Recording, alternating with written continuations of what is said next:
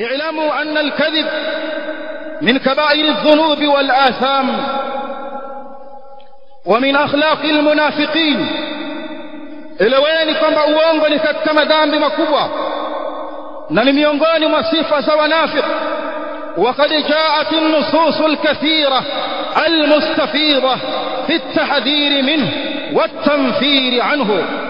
لازم يكون حديث nyingi kutoka kwa Rasuli alayhi salatu wassalam katika kuwataka watu wakae mbali na uongo na wajiepushe na sifa hiyo, kwa sababu ni katika wanafiki.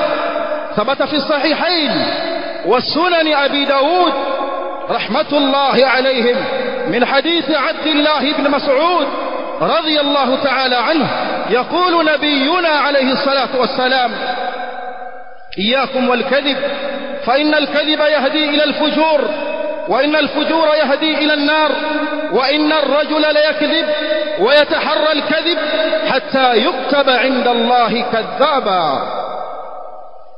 إياكم والكذب نكتحذرشين نوونغو. أنا يسمى رسول عليه الصلاة والسلام